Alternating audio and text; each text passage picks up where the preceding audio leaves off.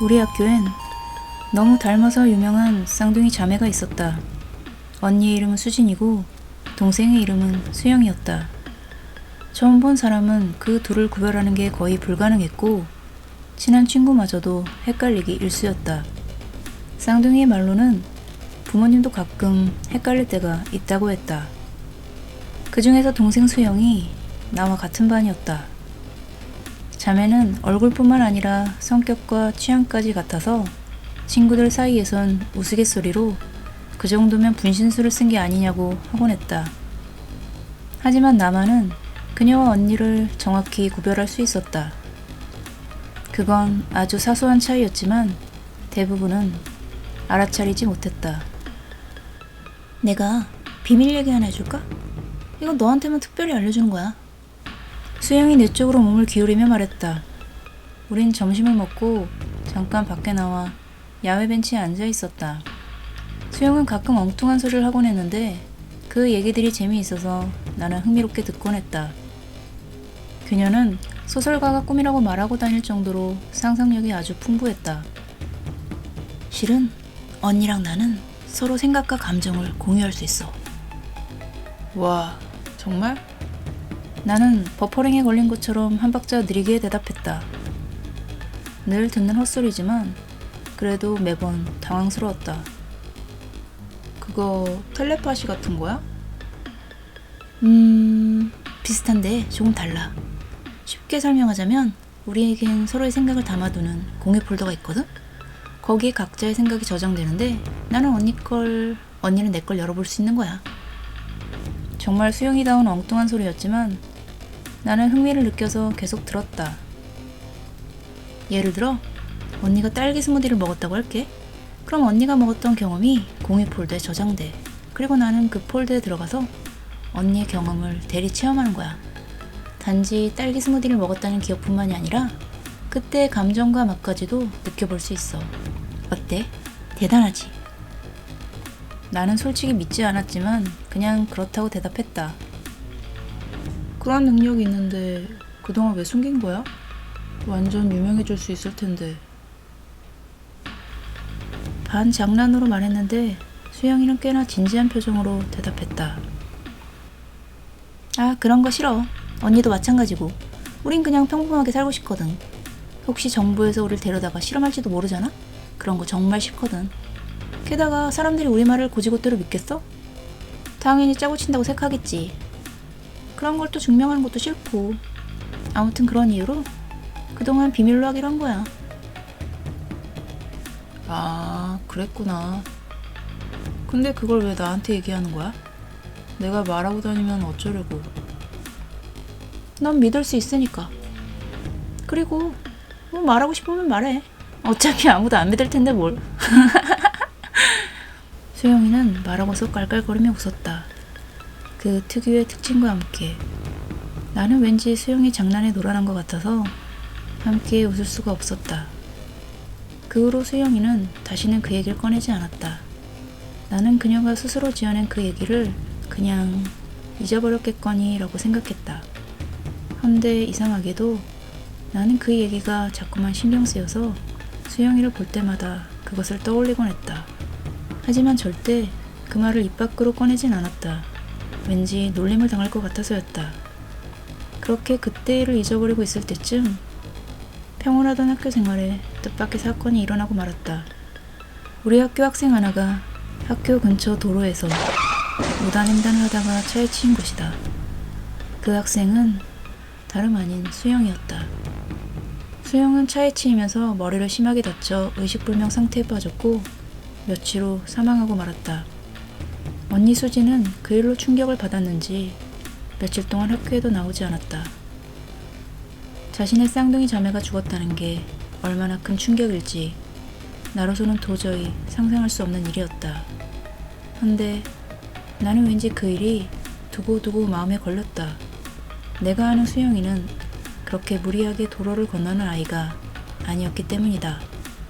하필 그날 무슨 바람이 불어서 수영을 무단횡단을 했던 것일까?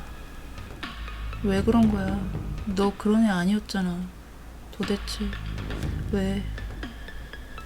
나는 그의 빈자리를 보며 마음속으로 그런 질문을 했다.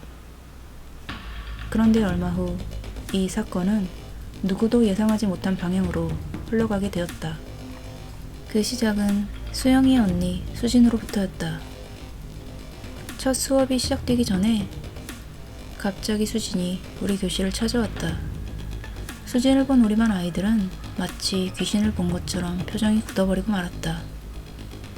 나 또한 잠깐이지만 그런 섬뜩한 생각을 했었다. 그도 그럴 것이 수영과 너무나 똑 닮았기 때문이다. 시끌시끌하던 교실이 순식간에 조용해졌다. 누구도 감히 그 순간에 입을 열지 못했다. 솔직히 그땐 나도 무서웠다.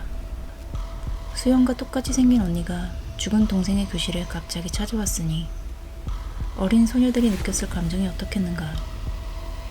아무도 비명을 지르지 않은 게 다행스럽기까지 했다. 게다가 수영의 표정은 어째서인지 몹시 화가 나 보였다. 그녀는 교실에 들어서자마자 한마디 말도 하지 않은 채 심각한 눈으로 두리번거리며 무언가를 열심히 찾고 있었다. 그러다 문득 어느 한 곳에 시선이 꽂히더니 갑자기 그곳을 향해 성큼성큼 걸어가기 시작했다. 잠시 후 수지는 누군가의 책상 앞에 서서 무서운 눈으로 그 애를 노려보며 말했다. 야 김주미, 입 다물고 있으면 모를 줄 알았지? 너 내가 다 봤어. 네가 내 동생 손으로 미는 거. 수진의 말에 반 아이들은 몹시 놀라고 당황했다. 도대체 그녀가 무슨 이유로 그런 말을 하는지 이해할 수 없었기 때문이다. 하지만 수진은 확신에 차 있었다. 정말 그녀의 말대로 그 상황을 직접 본 것 같았다. 무슨 소리 하는 거야? 너 미쳤어? 나한테 왜 이러는데? 주민은 아니라며 부인했지만 그 말을 하기 전까지 그의 표정은 잔뜩 겁에 질려 있었다. 그날 넌 수영이랑 같이 걷고 있었어. 그러다 별거 아닌 걸로 말다툼을 했고 너는 화풀나며 장난치다 수영이를 밀었지만 수영인 도로 쪽으로 크게 밀려나고 말았지. 그리고 그만 달려오던 차에 치이고 만 거야.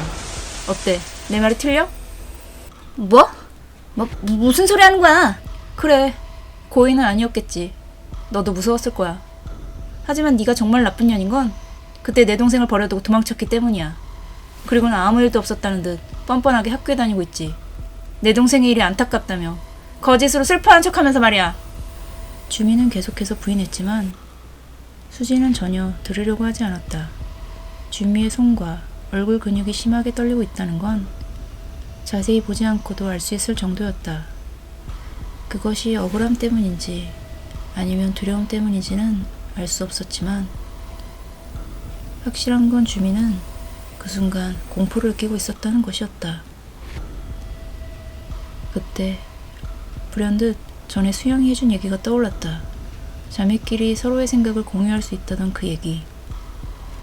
순간 팔에 소름이 돋을 정도로 오싹한 생각이 머릿속에 스쳤다. 혹시 수지는 동생의 사고 당시의 기억을 엿본 게 아닐까? 말도 안 되는 얘기지만 수진의 저 말은 기억을 엿보지 않고는 알 수 없는 얘기였다. 왜냐하면 당시 수진은 그 자리에 없었기 때문이다.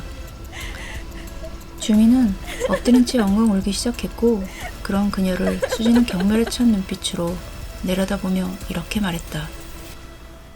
야 김주미, 이거 하나만 기억해. 네가 어디에 있던 무엇을 하던 절대 이것 하나 변하지 않을 거야. 앞으로도 영원히 넌 친구를 죽인 살인자로 살아가게 될 거란 사실 말이야. 다들 숨을 죽인 채 수진의 말을 듣고 있었다. 수진이 교실 밖으로 나가는 순간까지도 그 누구도 소리를 내지 못했다. 나는 그때 마치 무언가에 홀린 듯 자리에서 일어나 수진을 쫓아갔다. 그녀에게서 꼭 확인해보고 싶은 게 있었기 때문이다.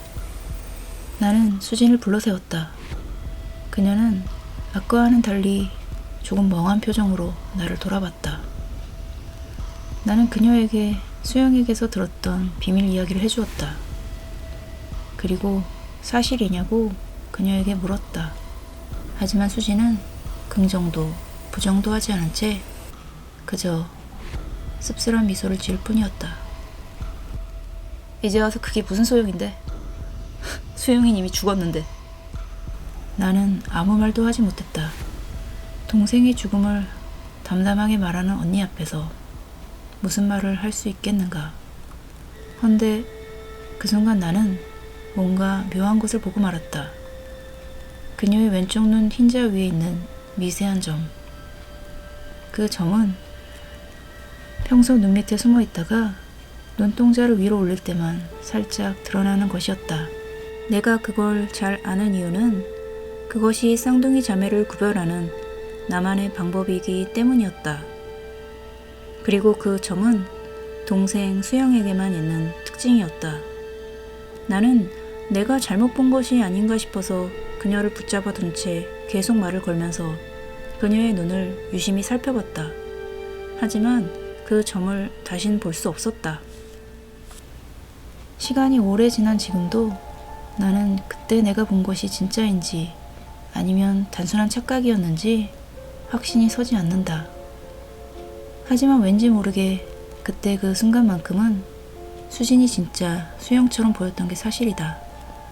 어쩌면 둘이 서로를 바꿔가며 살았을지도 모르지만 아마 그랬다면 나중에라도 부모님이 알았을 것이기에 그건 아니라고 확실히 말할 수 있다. 그나마 추측해볼 수 있는 건 그 순간 수진에게 동생의 영혼이 빙의된 게 아닐까 하는 것이었다. 수영이 말했던 생각의 공유는 다르게 보면 빙의 현상과 매우 유사하기 때문이다. 혹시 수영은 그것을 그렇게 표현했던 게 아니었을까? 그 일이 있고 나서 주민은 학교에 나오지 않았고 얼마 뒤 급하게 전학을 가게 되었다. 그녀가 정말 수영을 차도로 밀었는지는 끝까지 알 수 없었다.